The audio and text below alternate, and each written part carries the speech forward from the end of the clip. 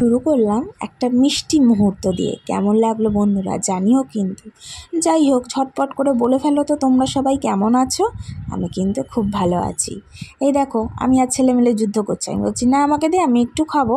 ও বলছে না, আমাকে পাপা দিয়েছে, আমি খাবো, তোমাকে একটু শেয়ার দেবো। শেয়ার করে খেতে হয় না, তাই জন্য তোমাকে শেয়ার দেবো। তারপরে একটু বেলার দিকে চলে গেছিলাম ঠাকুরপুকুর বাজারে। যেন এর আগেও বলেছি, ঠাকুরপুকুর বাজারটা একটু রিজনেবল প্রাইস পাওয়া যায়, তাই একটু সুযোগ পেলে যাই। একটু মাছ টাছ একটু সস্তায় পাওয়া গেলে, মানে সারা সপ্তাহ তো হাজব্যান্ড সেরকমভাবে বাজার করার সময় পায় না, তাই একটুখানি যখন সুযোগ পায় বাজার করে নিয়ে এসে রেখে দেয়। এটা আমার পক্ষেও সুবিধা হয়। দুপুরবেলায় আমার ছেলে ঠাকুমার কাছে খেয়ে নিল, কারণ আমার শরীরটা একটু খারাপ ছিল তাই জন্য। আর ঠাকুমা দিদিমার কাছে খাওয়ার আলাদাই মজা, তাই না? কি বলো বন্ধুরা, ঠিক বলছি তো? বিকেল হতে সুন্দর সুন্দর একটু ছবি তুলে লাইভ শেষ করে নিয়েছিলাম। ভালো লাগলে পাশে থেকো বন্ধুরা। টাটা।